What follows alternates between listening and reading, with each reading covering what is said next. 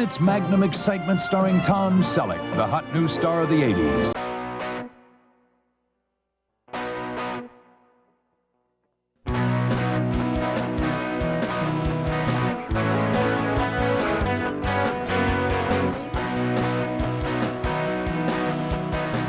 Battle of the Network shows.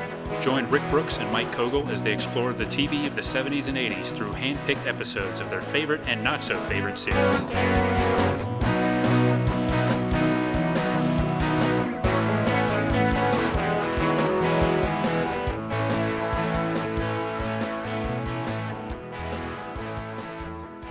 Hey everybody, welcome to another episode of Battle of the Network shows. I'm Rick, here with co-host and friend Mike, and we have an interesting one today. I think one of the iconic 1980s shows. One that I don't think necessarily is remembered as much as maybe it should be, or it's not remembered proportionately to how big it was in the 80s. So today we're going to revisit it and have a good time talking about it, and that show is Magnum P.I.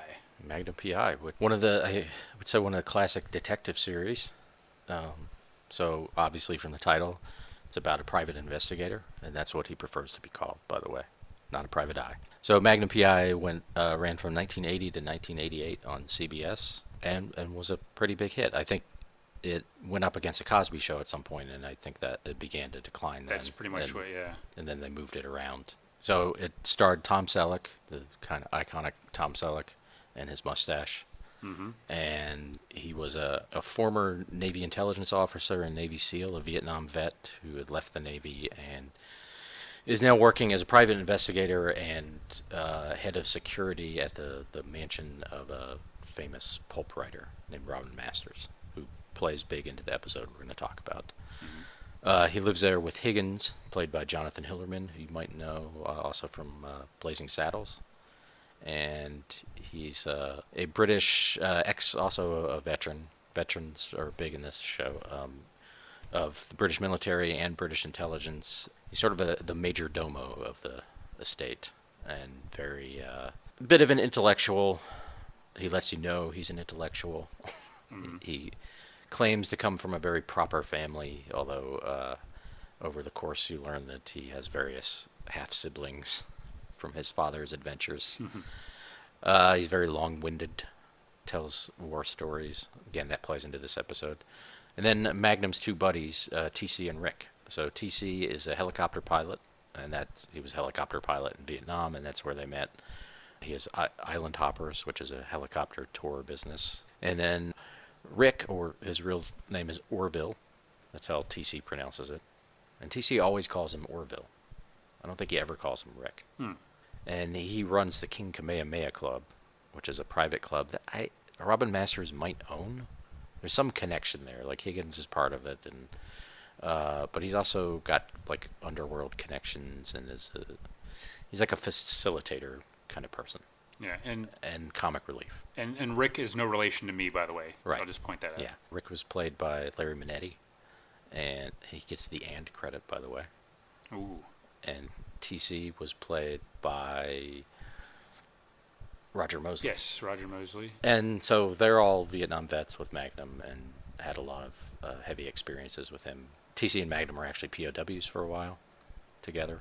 So they have this bond, although they also have a kind of contentious bits of relationship. And a lot of the part of the reason I picked this episode is it has some things that I think are typical of a Magnum episode, mm-hmm. where a lot of the maybe this is a really good episode, but a lot of the great episodes kind of veer from that. But those are also the things that make it stand out, I think, as a show. But so a lot of disagreements with Higgins, but also a begrudging friendship there. And Magnum weaseling some helicopter time out of TC. And the Rick stuff doesn't, I don't know. I still don't have a handle on his character as much. But I think he gets some comic relief, and the idea, he's almost like a little brother, I think, in the relationship. Yeah, he seems like a little bit of a, not quite second fiddle, but more of like the sidekick. And actually there's one point where they're doling out assignments, and he gets like guard duty. Yeah. He's like, basically, he's like, that's always guard duty. It's kind of like, Shermy, always being the shepherd in the Charlie Brown Christmas pageant. Right. Although he and TC have their own little friendship, I think, in that group dynamic. So and Magnum, of course, has his mustache. He has his Hawaiian shirts, various baseball caps. He's a Detroit Tigers fan. Rides a surf ski, and he drives a red Ferrari. Yeah. Iconic red Ferrari that belongs to Robin Masters, but he gets use of that and the guest house and a few other perks that Higgins is always trying to take away from him for various infractions. And the thing that stands out to me about the show as a whole, though, one is that really the characters are the hook. I mean, a lot of the stories and the cases and stuff are interesting, but it stands out more than a typical detective show because of these characters and the dynamics between them and the long friendships and a lot of the stuff about being vets and Vietnam and commentary on Vietnam, which, this is only 5 years after, or it started 5 years after the war ended. And while it's not serialized, there's a continuity to it.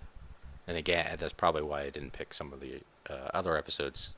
They're more heavy into that. Like Magnum had married a woman in Vietnam, and then he thought she died, and later she turns up, but she's married to someone else, and that is like a through line throughout. And his connection to the Navy keeps coming back, and some other Vietnam aspects of Vietnam, like this Russian guy who tortured them when they're POWs, comes back and turns TC into sort of a Manchurian candidate kind of guy, and I think the original pilot, which was originally done as a pilot movie, calls back to that, and all of that makes it a little more unique than I don't know, your run-of-the-mill private investigator show. So, and the Magnum was co-created by Donald Belisario and Glenn Larson. Glenn Larson, I feel like we might talk about other things he did at some point.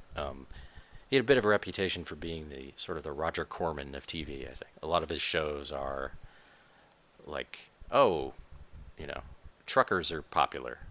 Here's BJ and the Bear. Yeah. Star Wars is popular. Here's Battlestar Galactica and Buck Rogers. Right. That kind of thing. And Donald Belisario also did Quantum Leap and Airwolf, and is the mastermind behind the giant NCIS franchise that's still out there. And clearly he's into the Navy. Yes. I don't know if the Navy plays into Airwolf, but Yeah. it plays into all of those other shows. JAG, of course, spawned NCIS, so and I think he's into helicopters too. This is the guess. Yeah, and he wrote, I guess, a lot of the episodes too, right? Or Yeah. At least was, so he definitely wrote this one. It seems like this is more of a. I'm just assuming that it's less of a Glenn Larson show and more of a Don Belisario show. If anybody's stamp is on it. I think Glenn Larson had a basic idea for something, and then Donald Belisario had a different pilot that he was working on. It was actually set in Beverly Hills, but a lot of the same basic ideas, working or living on the rich guy's property and stuff. And then what I read said CBS. I wonder if it's CBS or Universal, but the Hawaii Five-0 was ending, and they had all the facilities left from Hawaii Five-0, and they wanted to keep using them, and so they retooled. Yeah, this. well, it definitely would have been. It would have been CBS. Yeah, maybe would have owned part of Hawaii Five-0, and okay, because Hawaii Five-0 would have been like a Paramount show, so I guess it would have been CBS would have been the one looking for a show to. Yeah, so that's kind of neat, and that they were able to extend that another. I mean, Hawaii Five-0 was on for what, like 15 years or something. Yeah, it was like 12. Something like that. It went back to the late '60s actually, right? Yeah, and it spanned like 3 decades technically, I think so. Yeah, so that's cool, and I read that Tom Selleck had a lot of input on the pilot too. Like he pushed for Magnum to be more fallible, which is really part of his uniqueness. I think is that he's not always right, and he's not always good to his friends, which I think we see in this episode a little bit. And it had a lot of humor in it too, and I think it's like a nice kind of natural humor between the friends, and Tom Selleck just brings that across very well, which I don't think what I've seen of like Blue Bloods, I don't think he's bringing a lot of that to it these days. It's more dour, but I've seen some clips of him on talk shows, and he can still be very amusing. He treats his mustache as if it's a different. It has its own agent. Yes. Which is pretty cool. I'm trying to remember exactly how I watched this. I remember my brother and my dad watching it before I did. But then I know, like, when The Cosby Show was on, I wasn't watching it. But then I think it started in, like, the syndication run started. I remember watching a lot of reruns after school. And then by the end, because it had moved around and stuff, and, was definitely watching it pretty regularly on CBS. Still enjoy it when I watch it. Yeah, I did not watch this one much growing up at all, and I was kind of looking back here and trying to see when it was on, and basically it was like sitcoms. If it was on against sitcoms, Yeah. I was going back, whether it be Mork and Mindy or Cosby Show. I'm like, yeah, I would have been watching this, and I was never really a big car guy growing up. Yeah. And looking back on it now, it seems like if I were just a few years older at the time when this show was really on, I probably would have loved this show. I mean, if you think about it, it's not juvenile, but it's really like a wish fulfillment thing for a guy. I mean, he's in Hawaii. Yeah. He has all these gorgeous women. He's got a great car. He lives in this estate, rent free. Right. And basically, it seems like he's charming. He's got good friends that are loyal to him, and they have these cool adventures and everything. And yeah, there's some annoyances sometimes with Higgins and stuff. They bicker a little bit, but still they're basically there for each other. So it's a pretty good scenario. And so I didn't watch much of this, but I remember a couple of years ago, you and I happened to be talking about this series, and you sort of recommended some to kind of go back and look at, and I did, and I really started enjoying the show and kind of wished, I probably should have been watching this a little bit more. It's not like a lot of the elements that you described there about the show in general. They could go one direction. You could sort of easily sing it being, well, almost like a grim and gritty detective, a troubled Vietnam vet trying to make sense of a world. And dealing with all this stuff, and almost like a Raymond as far as like the rich estate, you could almost go like a Raymond Chandler direction where he's like a regular guy trying to make sense of this crazy, spoiled and sometimes evil rich people. Right. And some of the episodes you recommended do go in a little bit darker direction. Some of the more notable episodes, that we may, kind of touch on later, those do. But the show overall, it's not like, it's more of an adventure show. It's got the humor in it. And even with the voiceover narration that he uses, like in this episode, that's kind of like classic PI trope, but it's kind of more, it doesn't distance you from the character, it more brings you closer to him. It sort of adds to like that charm of it, and it's just like it's like a fun show that's serious without being like really clownish, like some of those other, even Glenn Larson shows, right, or some of the other shows of this era that you could look back at the time frame. Like, those were definitely more like a little juvenile and think, those are more geared towards kids. Whereas this one, even though for like much of its run, it was on like at 8 o'clock, like kind of in the family hour, like I don't see it as a kid's show. No. I see it more of definitely a male-oriented show. Although, you got Tom Selleck there for the ladies. But right. It just seems like a guy adventure show with like some light elements that also definitely would delve into some more serious topics as well. I mean, I like how it juggles these different tones pretty well. Like, it can have these really dark episodes, but also have lighter ones and have a comedy, and there are even some weird, sort of concept episodes, where he has a dream, there's a black and white episode, and I think like a sort of Sherlock Holmes thing, and later there's like a kind of Raiders of the Lost Ark riff alluding to the fact that Tom Selleck was originally going to play Indiana Jones, and then this show got made. He had to honor his contract. I think it's for the best, but I don't know. Maybe he would have brought something to that we can't imagine. Yeah, I kind of like the universe with Magnum PI and Harrison Ford as Indiana Jones. Yeah. And we definitely wouldn't have had both those things otherwise. So. Right. Yeah. So. But Magnum was, as you said, Magnum was a very popular show, and another interesting thing I was looking at was the fact that like this was like year after year it got nominations for best drama series. And Tom Selleck, he won one year, I think, but he was a perennial nominee for best actor in a drama series, which is interesting. Like. And it was a little different back then. I mean, nowadays, I don't know if a show like Magnum PI would get that kind of attention. You've got these prestige dramas like on HBO and that sort of thing. Right, it would have to be an HBO take on private detectives. Right. Which, by the way, HBO, you've done everything else. What? I know you did True Detective, but why not that? Yeah. I haven't seen them do a private eye show. Yeah, and this well, they bored to death, but that was something else. Yeah, I mean... this isn't. This sort of plays with a lot of like the private eye things, but it's not really deconstructing it. It just is what it is. Yeah. I mean, it's more like, and like Tom Selleck, one of his early roles was I guess he was Lance White, right, on Rockford. Yeah. And he was playing like sort of a parody of that kind of that sort of private eye. He was like perfect, in every way, which would constantly frustrate James Garner. And I guess that was probably, I'm assuming that was his appearances as that character was one of the things that sort of launched him into contention for Magnum. But apparently he had 7 failed pilots before Magnum. Wow. Yeah. Wow. I mean, well... But he might have had a contract with Universal or something, too. I mean, he did Magnum in the 80s. He did Friends in the 90s, right. I guess, and maybe some other things here and there. He had a recurring role on Friends as That's right. Courtney Cox's love interest. And then Blue Bloods now. Yeah, and the Jesse Stone movies. But still, I mean, in the 80s, we can't underestimate how big Tom Selleck was. I mean, if it's kind of the thing, I think that was pretty much the go-to, right? If you were to say, like, okay, who do women like on TV? Who's like the big sex symbol on TV? Tom Selleck was like the number one generic standard guy for like, okay, this is like the ultimate guy on TV. Right. And that's something. Yeah. Hey, you can't underestimate that. And he never had a great movie career, but he was one of 3 dads. Yes, he was. Or 3 men. Yes, the baby. The 3 men and the baby. Got yes. my titles confused, but yeah, he definitely had some notorious flops though. Yeah. The Paulina Porizkova one. Right.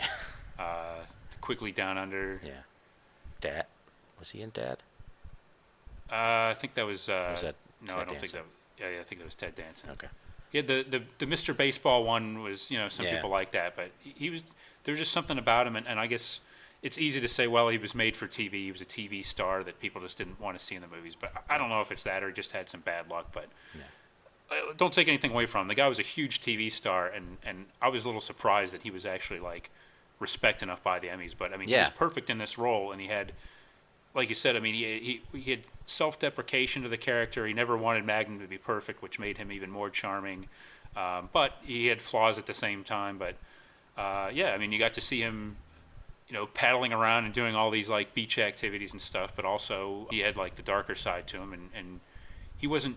To me, he was never like, oh, he's a pretty boy that can't handle himself in a fight or something. He kind of had that like guy's guy cred as well. So, but like any good PI, he got beat up a lot. Yeah. I think that's important. Like a PI who always wins his fights, that's not interesting. Right. But, we know Rockford got beat up a lot. Mm-hmm. And really, this is probably the heir to Rockford, right? I think that's probably fair to say. I mean, there's definitely some similarities. Certainly the 70s was full of detective shows, but Rockford's the one that people remember. Yeah. And Magnum, I'd say, is the one that people remember from the 80s. Although, there were, Simon is Simon, Murder, She Wrote. But that's a different kind of mystery show, I guess. I wouldn't call this a mystery show. I'd call it I feel like a detective show is a different thing than a mystery. Yeah. Slightly different.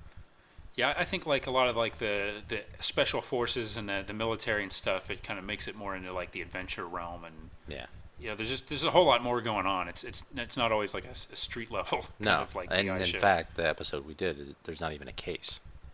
Really. That's true. Yeah, it's a different kind of thing, and plus, there was another thing. Hawaii. Yeah, you get to see Hawaii, which and maybe people were tired. Clearly, they weren't. Who would be tired of looking at Hawaii? No, maybe I don't even think Hawaiians are tired of looking at Hawaii. I wouldn't think so. Yeah, maybe I'm sure there are ugly parts, but yeah, we don't see a lot of them on. Not in this episode.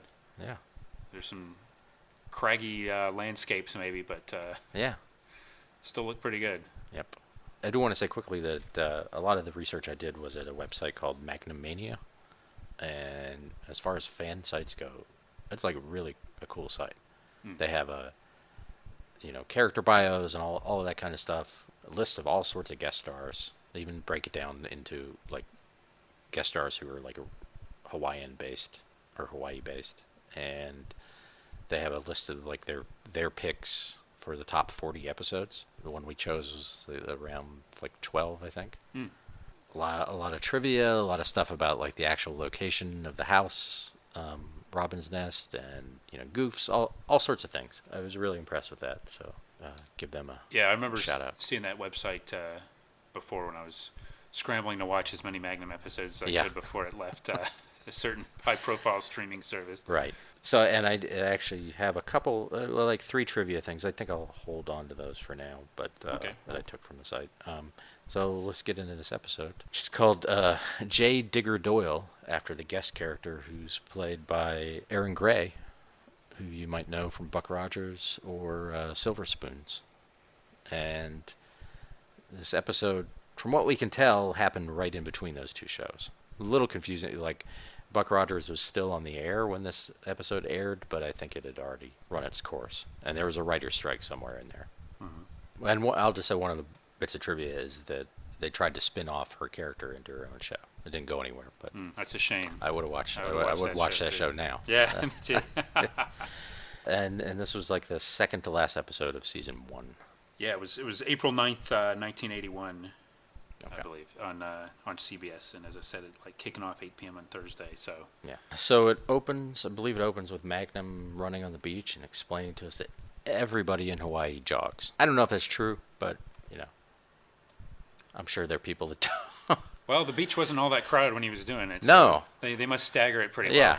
And he's talking about all the other exercise he does, surf skis and stuff, and I think that actually like is a minor detail that maybe is important later. It's interesting. I had the thought last night when I was kind of rewatching it. And, I don't know if that was the intent, but anyway. And also he's running because you never know what you're going to see. In this case, he sees Erin Gray running past him. He kind of tries to race her, but she gets the best of him. She's not someone he's seen, and then he goes to the club. Has a little fun scene with Rick. Rick's into juicing. Yeah. Juicing with vodka. 1981 version of it. Yeah. And she walks by, and now she's in a bikini, and he makes some comment to her about, that he wasn't racing her, and when she leaves, Rick is basically like making fun of him for striking out. Yeah. But saying that no one has had any success in the 36 hours she's been there. Yeah. Supposedly she's there from a sister club that has privileges at the King Kamehameha Club.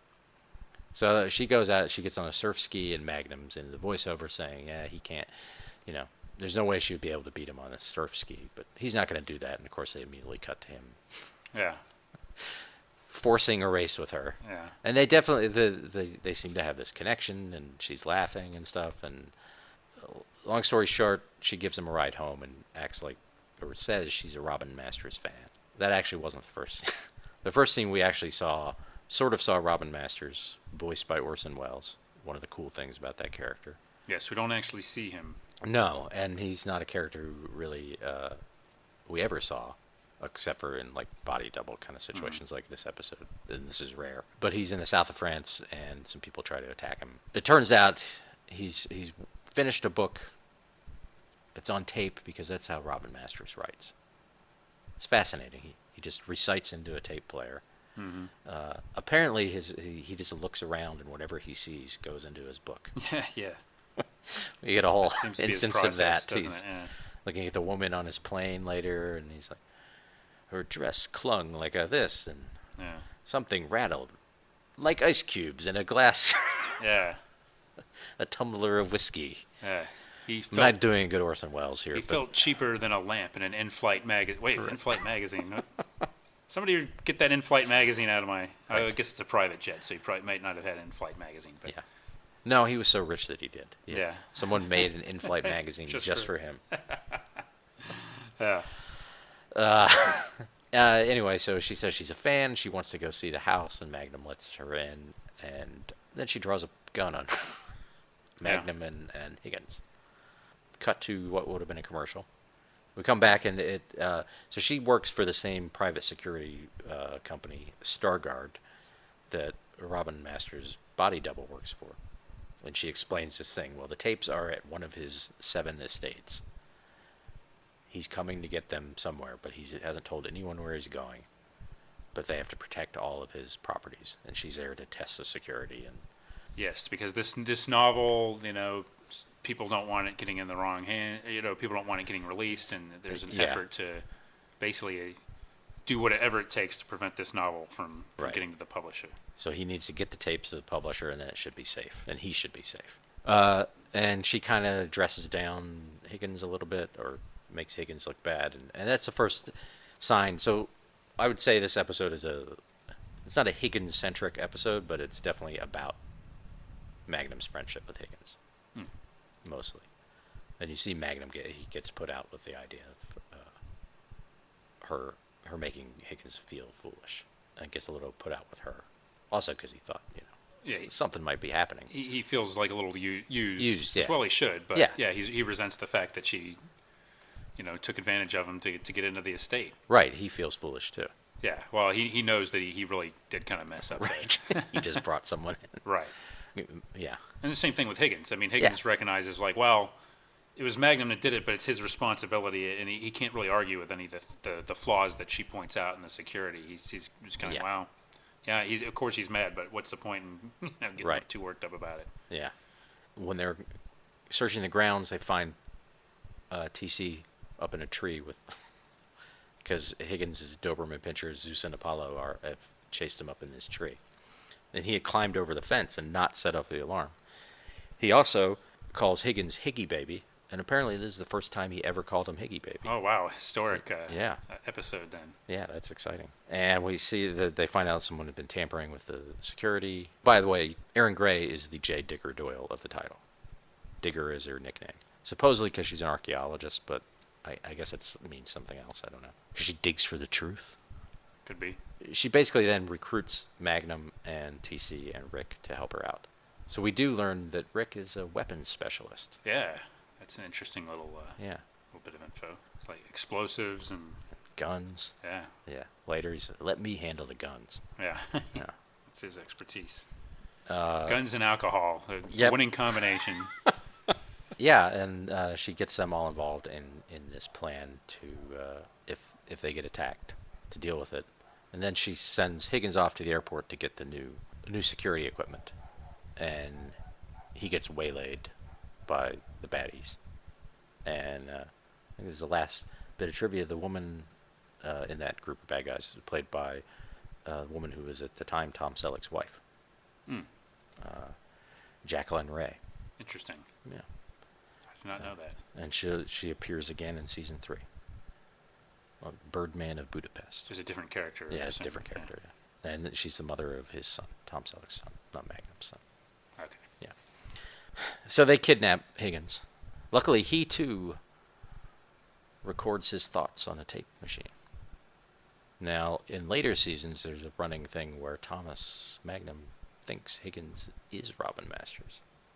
He's pretending, and he's hired this other character. I was going to ask you about this because I thought that was a big theory, but this episode seems to... Yeah, apparently this is one of this episode and another episode that fans who don't buy into that theory use as evidence. Yeah. Especially, I mean, you do see Robin Masters working at writing. Right. Is he putting on a show at all times? Right. If that was not the real Robin, from what we see in this episode, this episode, if you take everything at face value that you see, clearly establishes that they're two separate people. They're definitely two, and I think Magnum believes they're two separate people, just that the other one's just a front. Right. You know, and getting to, because Higgins is a very proper man. Right. This guy's getting to live this lavish lifestyle. Yeah. While Higgins takes care of this one estate. Right, and from what we, and like you said, from what we see though, the Robin Masters, whether it's the real one or not, he's actually doing something. He's doing some writing, and the episode clearly, this episode clearly means to establish that this is the Robin Masters writing. Yeah. So if that was the thought, then it's something that this one doesn't really fit in with that. No. That's what I'm saying. Yeah, I think it's an interesting theory. You'd have to kind of no-prize it. Yeah. You know, maybe the guy playing him has been playing him so long that he wants to be a writer. So maybe he's working on his his side. So that's why he only writes by just putting down what he sees. Yeah, that could be what told him write what you know. And he's, yeah, I know what's right in front of me. Yeah. Right. And really because Higgins is always talking about like working on his memoirs, but of course he wouldn't want to embarrass his family by revealing that he writes trashy novels. Oh, okay. So that would be his rationale for Yeah. for having a pseudonym. Right. Okay. Yeah.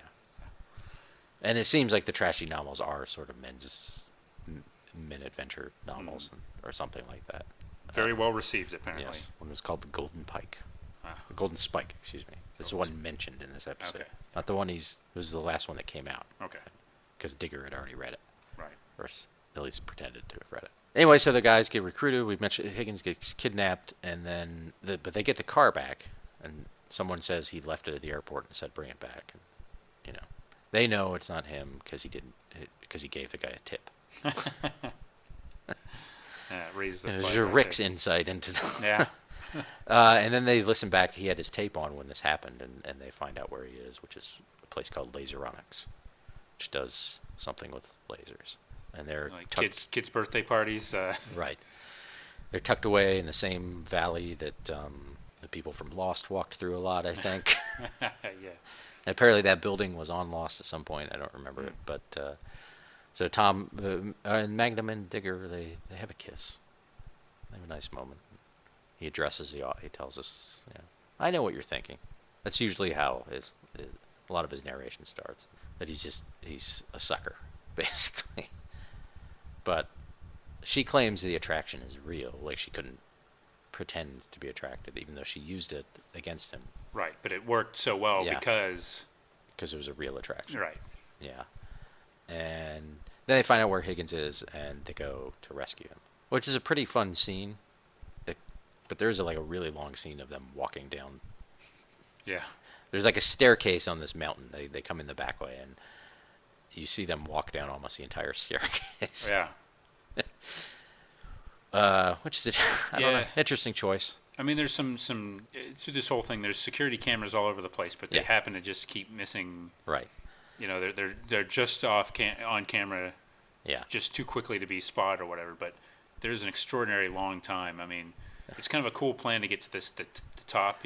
Yeah. Of this mountain to launch the thing, but then once they get there, they've got a long way to walk. Right. They got a lot of ground to cover basically to get into the compound. Yeah. But they do. They get in and they find Higgins. So Higgins been dosed with some truth serum, and is going on and on about some story with camels and something.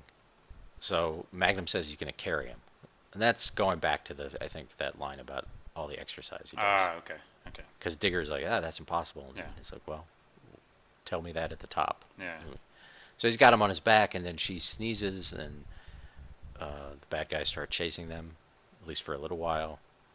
And when they climb back to the top of the mountain, we get another long scene of a stunt man carrying a dummy. Yeah. Yeah, that one goes on a while. And Higgins is going on and on while they're doing that. That's a nice. And then Magnum yells at him to shut up. Shut up, Higgins. And echoes through the mountains. And yeah, that was pretty funny. At least that was some payoff to the shots of them. Yeah. Going up the mountain. That Right. was pretty good. There was some gunfire exchanged in there and all kinds of things, and then eventually the people at the compound just we got what we need. Just let them go. Yeah. And there are a few shots of Magnum taking something in. He's thinking about something. So they get back, and while Digger's out of the room, he calls up Robin Masters again and tells Higgins to call Starguard and ask some questions. And then he's figured out that this is actually an inside job, because Starguard also works for Laseronics. Suspicious. Dun, dun, dun. Yeah. And of course he's suspicious of Digger, that she's in on this plan. And I gotta say, I didn't really. I thought that was kind of an ugly scene. Where he gets to the truth of her. He plants a big kiss on her. Yeah. And her reaction, which is, well acted. She's kind of horrified by it. But that's enough to tell him that she was being honest. Yeah. That she doesn't know what's going on. So, but it just seemed kind of a little mean. Yeah, it was a little weird, but I guess from his standpoint, he thought that, he thought that she was definitely playing them and his employers, and if she had been involved in it, right?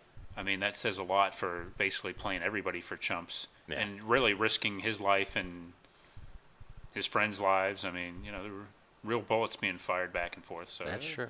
I agree with you. It definitely came off a little uncomfortable. Yeah. Plus, given the fact, I don't think anybody watching really wanted to think that she was in on it, especially. No, so.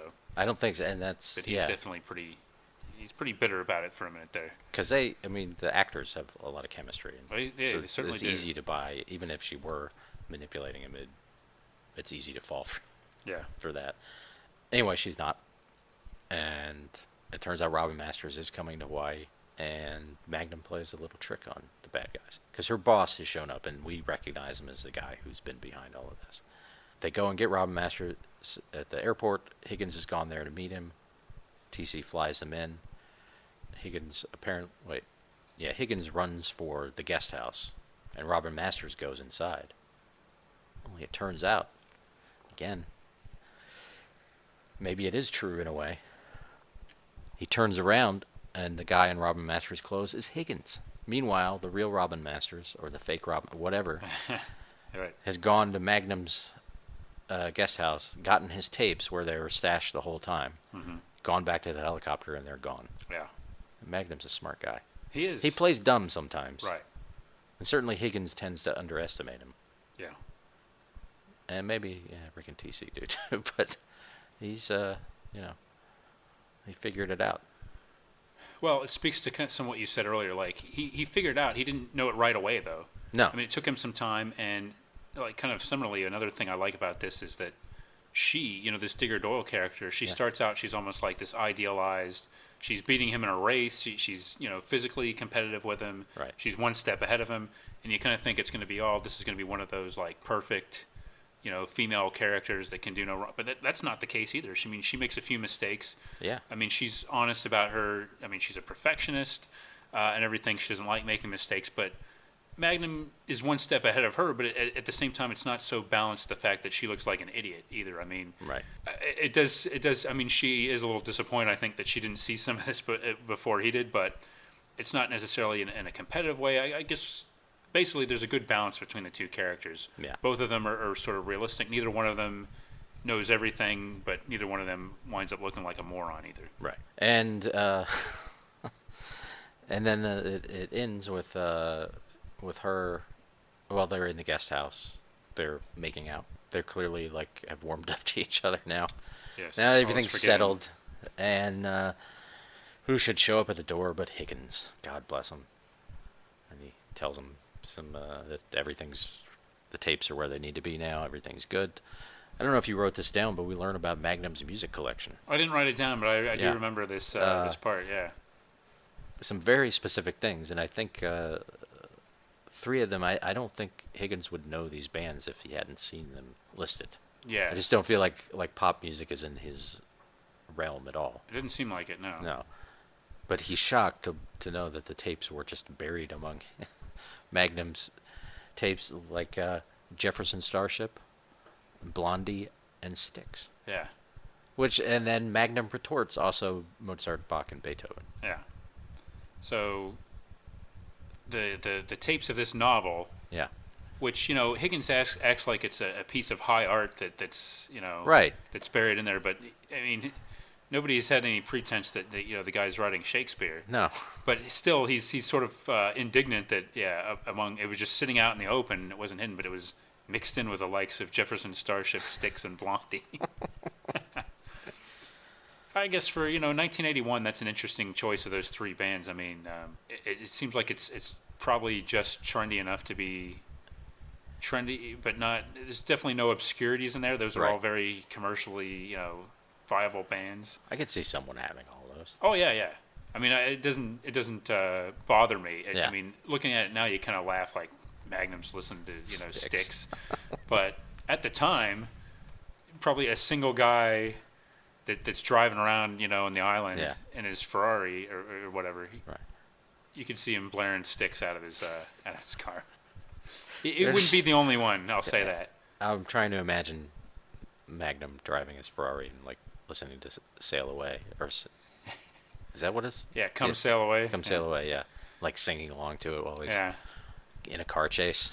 Yeah, I like to think that Thomas Magnum was really had a stake in that whole Tommy Shaw, Dennis DeYoung thing. Boy, Styx was better before they got all sappy, and when Dennis DeYoung became the dominant force, I had to I tossed out my tapes. Yeah. I removed Robin Masters' novel tapes first, but I tossed out my Styx cassettes. I know what you're thinking. Why would a charming PI be listening to Styx, Blondie, and Jefferson Starship? Listen, after you've been in Vietnam for 8 years, first of all, you need a break from all the Creedence and Hendrix. Yeah. It's all guys people listen to there. Enough with Fortunate Son. You also need something that's just relaxing, just takes you away to a different place. Well, plus, without being too crude about it, these cassette tapes were stored where? In his bedroom. In his bedroom. He's got, probably he's got a nice, stereo. Maybe he's got like a boombox sitting for when, a young lady wants to go up to the boudoir. He wants to put on some music. He wants to put on something a little that's not threatening, that won't scare anybody away. I mean, I would assume though that Robin Masters' guest house is decked out with a pretty nice stereo system. Yeah, that's true. That's true. But I don't know if it's centrally wired though. Right. He might just have some like good high-end speakers downstairs, but up in his bedroom, he's on his own. Yeah. So yeah, that was a good part though. Yes, yeah. But. And then Higgins makes himself at home. This is the end, and it tells a weird story. He's in the middle of a story, and then I liked it though. Erin Gray laughs, and then you get a freeze frame of her laughing. Yeah. It's Magnum's kind of laughing. Yeah.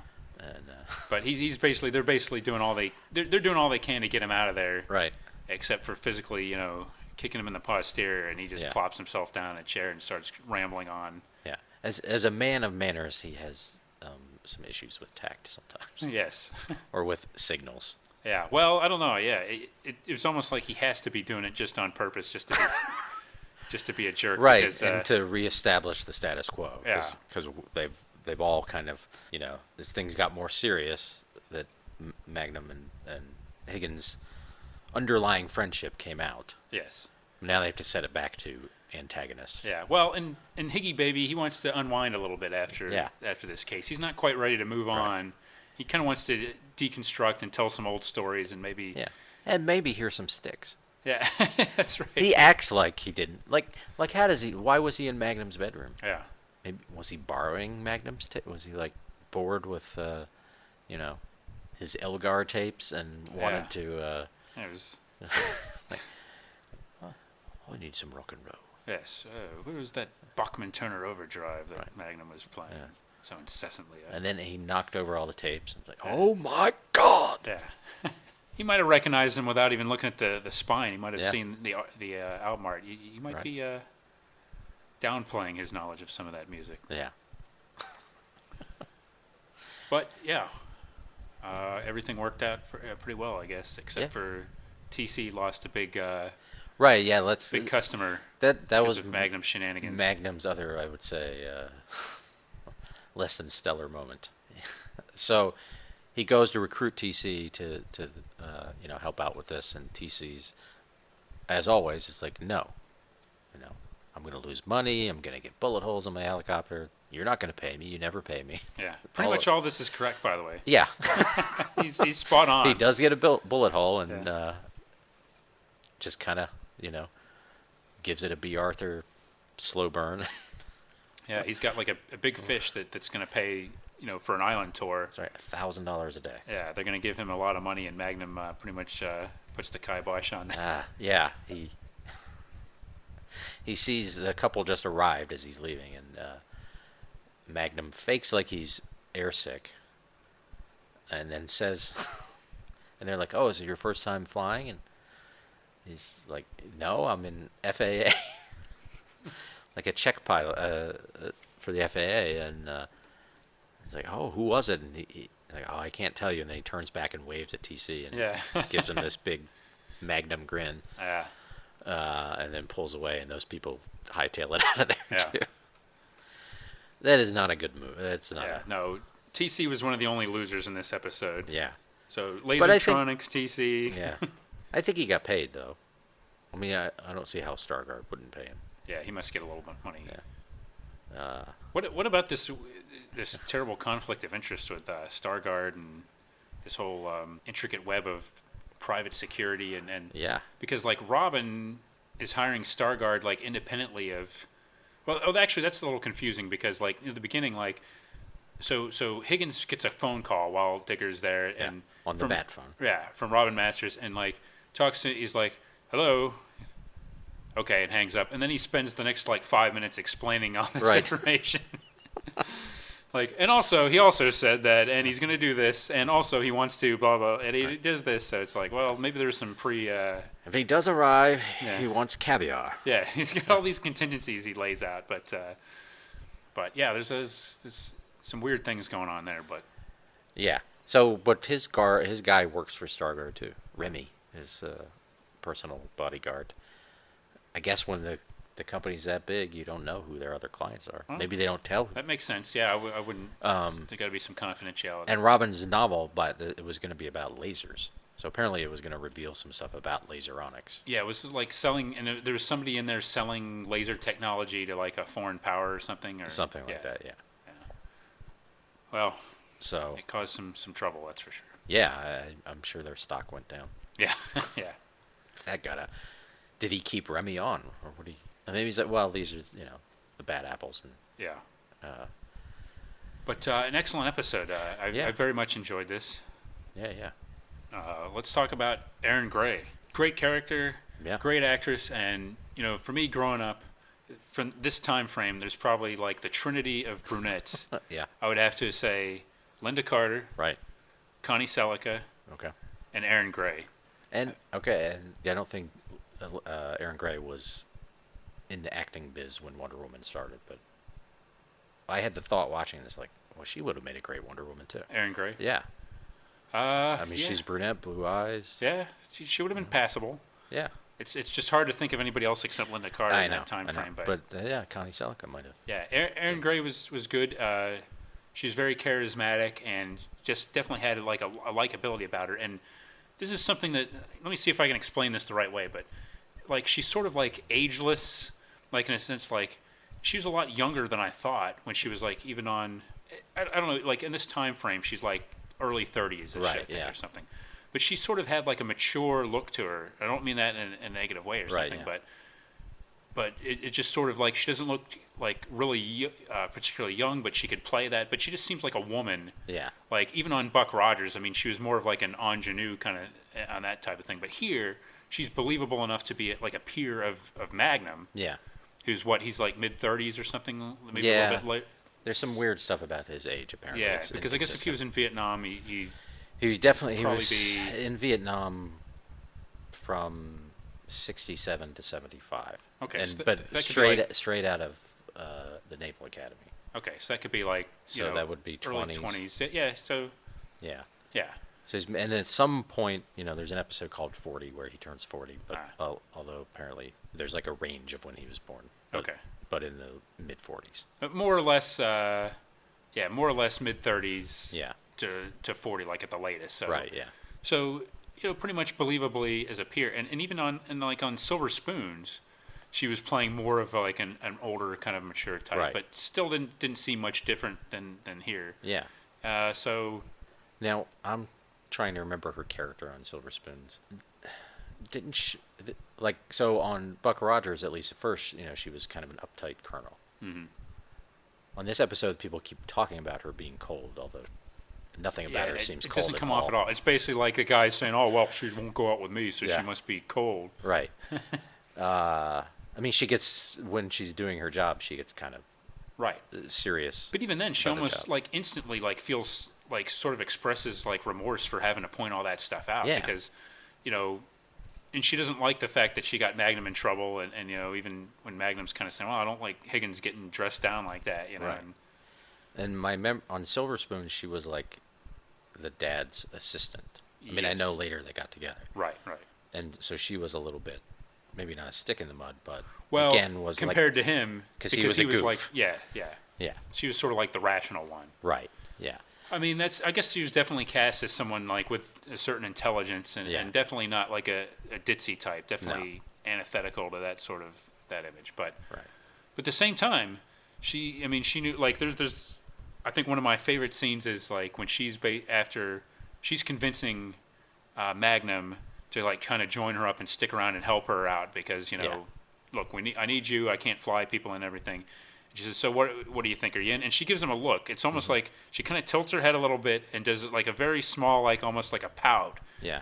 And I don't mean that like in a condescending way, but she gives him a look. It's like, well, of course he's going to say yes to that, Yeah. But she can turn it on when she has to. But yeah, growing up, she was one of like the big TV stars for me. She probably one of the only people that could overshadow Tom Selleck.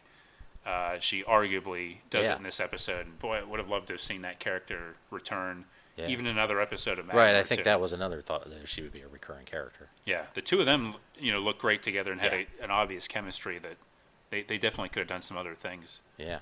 So in Erin Gray, Regret, which is at like a pop culture comic convention here in D.C. a few years ago, she was one of the guests. She runs an agency for people to do things like that, called Heroes for Hire. But so she was there and she had a panel, and I was going to go, and then there was like a line or something, and I decided not to go. And this other guy, a friend there, did go, and he said it was great, and she was charming, and talked to people afterwards. And this is the kind of thing where, people also charge for autographs. So, but she was willing to talk to people afterwards and stuff. That's good. That's good to hear. So, yes, that's good to hear. I can only sit here and go. But yeah, she's great, and this is a good episode. She's a good foil for Thomas Magnum. Yeah, and you mentioned him getting all these women, but he didn't have a lot of success with women, and I think part of that is this wife that died and stuff that he has, and then he has a few like a relation. There's episodes with Sharon Stone, this like 2-part episode where I can't remember all the details. I think she's got like a multiple personality thing. She ends up dying, and like that weighs on him for part of the next season. And he briefly marries Dana Delaney, and that's fun. I mean, that's another great chemistry thing. Like the 3 episodes they're in together, they're really good, and that doesn't work out. And I mean, I guess on that kind of show, you're not supposed to have a steady relationship. Yeah. But there seem to be some in-story reasons for it not totally working, that he's not right. He can't entirely make it work. And that's a thing that I'm interested in. If it's the way he lives his life, he doesn't seem like military in a way. Like he's a slob. Right. He's not. He doesn't have got a rubber chicken around all the time that he thinks is hilarious. He's kind of. He's a little bit of a bum, really. Yeah. Well, even something like that exercise scene, like you think, okay, that's part of the discipline. He gets up in the morning, he jogs and stuff, but he kind of like downplays it, and the whole goes ahead and has a beer. Yeah, exactly. Yeah, even Rick calls him out on it. You know? So yeah, I mean, there's definitely some. He doesn't have this. Yeah. But then at the end of the series, spoiler, he chooses to go back in the Navy. And I feel like maybe this is some sort of, not midlife crisis, but post-combat, just turning his back on all that and becoming this other guy, or just letting all that discipline go. Right. And then finding his way back to it. Yeah, I mean, he's working on a rich guy's estate, but he's got a lot of independence, and he's pursuing, like, other things, so it's it just seems like he doesn't seem like the kind of guy that would embrace, like, that kind of intense top-down structure again, but... Right, yeah, and maybe, probably when he was in the military, he didn't like it either, a lot of that discipline and chain of command and stuff. And you definitely get a sense that he'd seen enough of it fail, that some of this might be his response to that, too. Yeah. But he definitely clearly doesn't like authority. No, he doesn't like taking orders. He likes giving orders. He likes, bamboozling his friends into begging helping him out. Yeah, but hey, Tom Magnum seems like a pretty cool guy to me. I'd have a beer with him. Yeah, I would fly a helicopter. Yeah, if I knew how. If I knew how. Yeah. Yeah, I watched this other episode,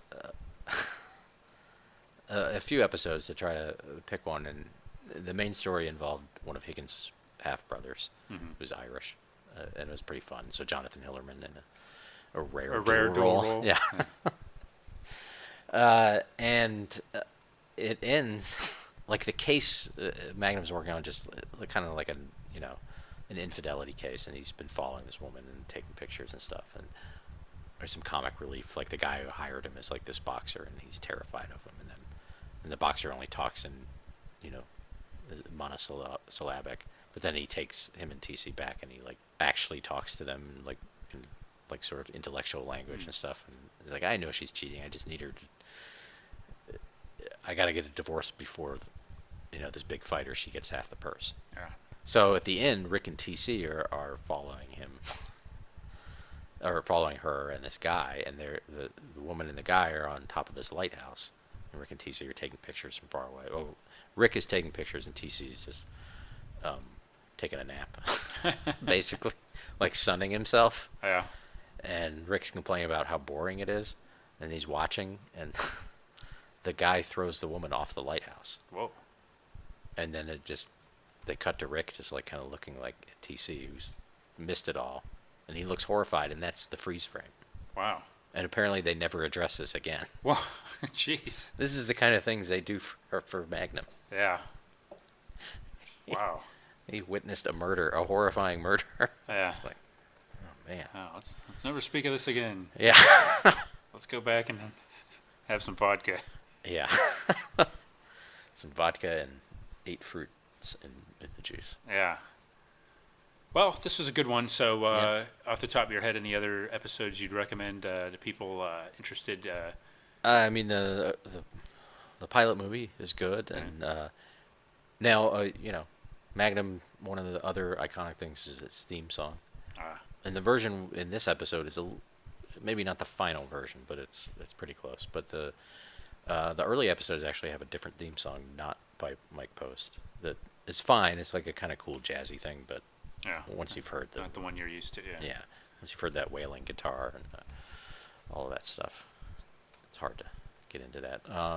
I would say go look at that Magnum Mania list and start picking those, because that, again, a lot of those are the odder ones, or the ones that are more continuity heavy. I think there's one where his buddy Mac dies. That's a pretty intense bit, and a lot of that has to do with I think the wife and stuff coming back from Vietnam and all of that. A lot of death in Magnum. A lot of death. There's the one I know we watched where there's like a serial killer, and there's a long sequence to Genesis' mama in that. Yeah. Like a sort of Miami Vice style thing. There's one with Frank Sinatra that's pretty awesome. Yeah, that's a good one. There are a couple with Carol Burnett that are fun. There's some with this other detective from St. Louis, who's like almost like a stereotypical detective, and those are fun. The Luther Gillis episodes, and his name is always in the title. It's like Luther Gillis case number, blah blah blah. And the whole series is on DVD. It's been on DVD. Available for a while on DVD. I think it still shows up in reruns today. It's on formerly known as Encore, Stars Encore. Yeah. And it's on their player, which again, they've updated.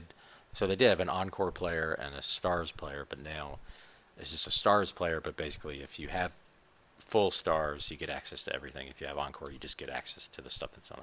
Yeah, and I think Cozy TV has been showing Magnum PI 2 in recent years, but I don't endorse them because I'm sure they're edited episodes on there. And probably in a show like Magnum, some of the stuff you might lose, some of the character bits of the stuff that gets cut out. Yeah. And that's the kind of stuff that makes the show sometimes. So yeah, check it out on DVD or Stars if you can. I would say.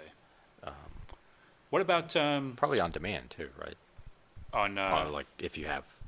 Oh, Star. Like the Star. Oh, yeah. I'm pretty sure. We might not get a chance to talk about it. Do you have off the top of your head a list of your favorite Matt Houston episodes that you could share with everybody? I don't, but I watched that show. You did? Huh? Yeah. Okay. I didn't really watch that show. My perception is, we should mention, people might not, Matt Houston starred Lee Horsley. Lee Horsley and it was basically like the poor man's Tom Selleck. Yeah. He was dark, good looking, mustachioed. Right. And show, Matt Houston. He was a PI, right? Right, and an actress from Buck Rogers. Yeah. Whose name I'm blanking on right now. But I believe Matt Houston was like a rich dude. who solved cases. So totally different than Magnum PI. Yeah, he wasn't he wasn't mooching off a rich guy. He was a rich guy. Pamela Helmsley? Yes, Pamela Hensley. Hensley. Yes. Okay. Good call. Yeah. And it's in Texas. That's about all I know. Yeah. I did watch it though. Well, I mean, yeah, I guess maybe I can't criticize it too much, but at the time, I was, even then though, I think, even at a young age, it's like, really? Really? It just seemed like such a blatant attempt to cash in on the Magnum PI thing. Right. Basically just the fact that the guy, if the guy was blonde and Yeah. didn't have the mustache, but everybody thought it was like a poor man's Tom Selleck. Right. Well, maybe. Also, I'll go ahead and tease that I'm going to write about a very special episode for the website. Ooh. Featuring a guest star that, as Magnum's dad, that we love here. Should we tell them who? Do we need to tell them who? You might not have heard every episode, so. Well, Robert Pine plays his dad in flashbacks. So, we definitely thought about discussing that one, but I don't think the other characters have a big part to play in it. BOTNS legend and Batty Award winner Robert Pine. Yeah. Will return in your exploration of that episode. So yes, we'll look forward to that. Yeah. It just goes to show you how popular Magnum was at its peak. That it got all kinds of. You mentioned Frank Sinatra, Carol Burnett, Robert Pine. So it was a big show back in its day. Everybody was. I don't know if they were lining up. I mean, maybe there's some logistical reasons you couldn't get everybody on there, but I'm sure it was exciting. It was a you big get to show. go to Hawaii. Yeah. Pretty good trip. Yeah. And that Frank Sinatra one really is good. It was like his last acting gig. Yeah, that's an excellent episode. Yeah. I was blown away by that one. That was one of the ones you recommended. That also features some Genesis. Yeah. Yeah, I can't remember which song it is. I think it's Tonight. Yeah. That could right? be. It's definitely one of the darker ones from Invisible Touch. Yeah. Not that I know much. Yeah, and it's a sequence that really goes on and yeah, a long extended sequence. So, yeah. I mean, it's kind of the thing. We've been getting, but stylistically, Magnum would veer from sort of these like more standard looking action shows to they do things a little bit more adventurous sometimes, and sort of with like the cinematography, they'd have episodes, like something like that would have these nighttime scenes and everything. So it wasn't. And they do a pretty good when they get out of Hawaii. On the rare occasion, they do an okay job of making it look like that one with Higgins' brother who's Irish. Like there's a scene at his church. Now, just because I'd watched other Magnum episodes and because again from Lost and stuff, you keep seeing the same location, so it's like, oh, they built a little church in that valley. But it just having that little church and a guy speaking with a brogue, you're like, yeah, I buy that. That's Ireland. Sure. I buy it more than like some of the stuff shot in L.A. that, when they go in the mountain. Yeah. Because those mountains are pretty distinctively, like, I wouldn't buy them as Ireland necessarily. There's not enough green there, whereas this big valley in Hawaii is all green. So they just did a good job making it fairly visually interesting. As good as the Leprechaun's Christmas Gold? Almost. Yeah, that's a high bar. Yeah. Yeah. It does involve an artifact getting stolen. Well, maybe they were inspired by that. Right. And, the Irish Higgins, who's not a Higgins, I think he's a McGuinness.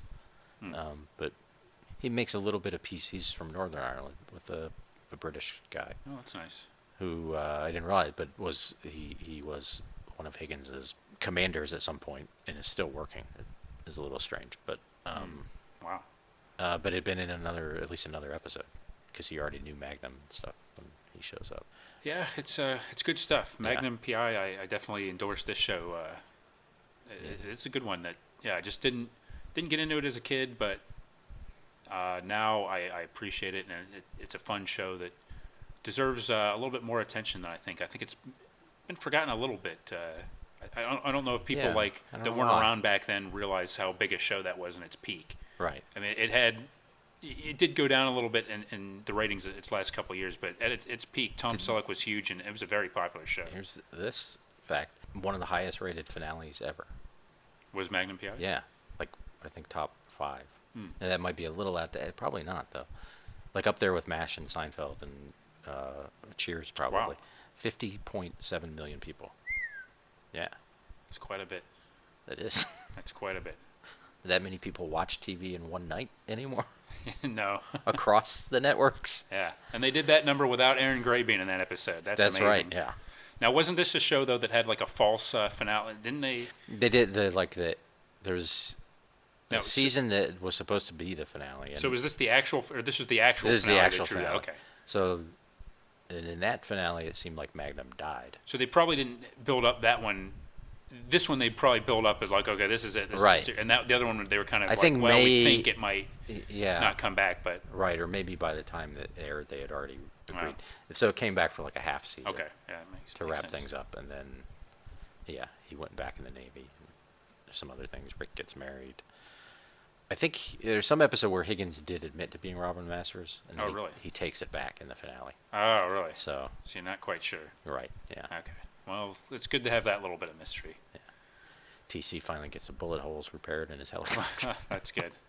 He finally gets paid. I think that actually is a thing. Like Magnum pays off a lot of his debts. Oh, and I don't remember this episode. This is something I just read, a little bit of trivia. You can correct me if I'm wrong in this, but I read that in the last episode, one special thing that happens, like one of the very last scenes, is they make it clear that Magnum finally upgraded, and he got Styx, Blondie, and Jefferson Starship on CD instead of cassette tape, and that was one of the big things that happened. It was like a whole scene. Yeah, where yeah. He did. Also, Lionel Richie. There's some episode where he mentions like he has to trade his Lionel Richie tickets for. Well, someone hosting this show must have gotten a kick out of that. In 1980, whatever, yeah. Although probably appalled by the notion of trading in the Lionel Richie tickets. Yeah. Wait a minute, I think I remember that one. Was that? I think I remember that reference. Maybe you and I, you and I talked about think that. we did. Maybe. I think that might have been the one. Yeah, it's definitely something I remember. Yeah. I think that's actually. Yeah. He was lamenting the fact that it wasn't like. Right. Yeah, he didn't do it in a cavalier fashion, folks. No. He wasn't disrespecting Lionel Richie, so No. spare us all your cards and letters and telegrams. Actually, I think I remember seeing a picture of them together. Of Lionel Richie and Tom Selleck. Oh, man. Machismo. I know. That's the 1980s right there. If you can find that picture, we can... That's where Magnum, or Tom Selleck found the agent for his mustache. Yeah. From Lionel Richie's mustache. They share the same agent? Yeah. Really, is the two mustaches got together and the other two guys just kind of like went along for it. And who the first client of that was? Who's that? Bert's mustache. Bert's Yeah. Yeah. Right. And unfortunately, Lee Horsley's mustache was rejected. He had to go cross town to IMG. Right. They're like, you can't just grow a mustache and get a mustache agent. Right. The mustache has to be has to prove its worth. That's exactly true. I'm going to make it a mission of mine to find this picture. Help me out. Okay. Well, you know what? We should have our crack research team look into this, and maybe we can put it in the show notes for this episode. Right. So that we can all see the glory of Tom Selleck and Lionel Richie. And I hope it's just the two of them. I don't want to see anybody else like photobombing. That's my them. memory. It's just like like being they're bros. at a party together or something, and Wow. That's great. It's. I don't remember what stage Lionel's hair was in. Like, I don't know if it's really big fro or more like hello, like can't slow down fro. Yeah, right. I'm not sure. Well, as long as there was some fro at all, I'll take that. They might both have sweaters on. That's interesting. Sweaters were kind of a deal for a while. Yeah, as long as like Tom Selleck didn't give like a tiger's cap or something to Lionel Richie to cover up that fro, it'd be good for novelty value, but it would take away from the iconic nature of that photo. That's right. Yeah. All right. Well, I'll have our staff look into this. Yeah. This episode brought to you by Island Hoppers Helicopter Tours, the only helicopter tours to give you a bullet hole view of Hawaii. This episode also brought to you by the King Kamehameha Club, the only private beach club run by a weapons specialist. This episode also brought to you by Starguard, always safe, always loyal. Except for that one time when some of our people tried to kill Robin Masters, but, that was like one time, big deal.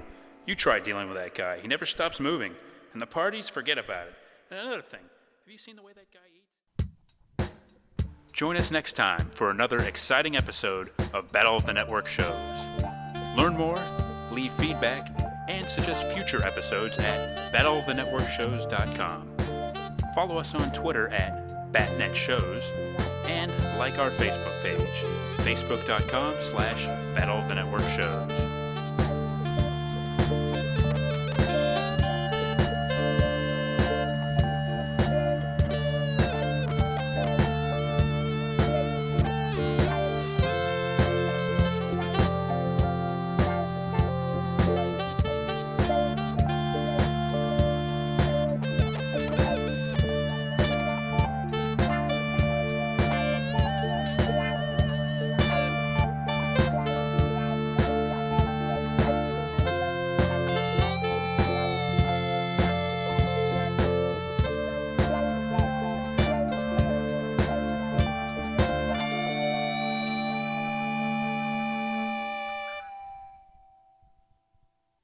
No one had ever crossed the Himalayas that late in the year. Even Lord Mountbatten, God rest his soul, didn't think it could be done.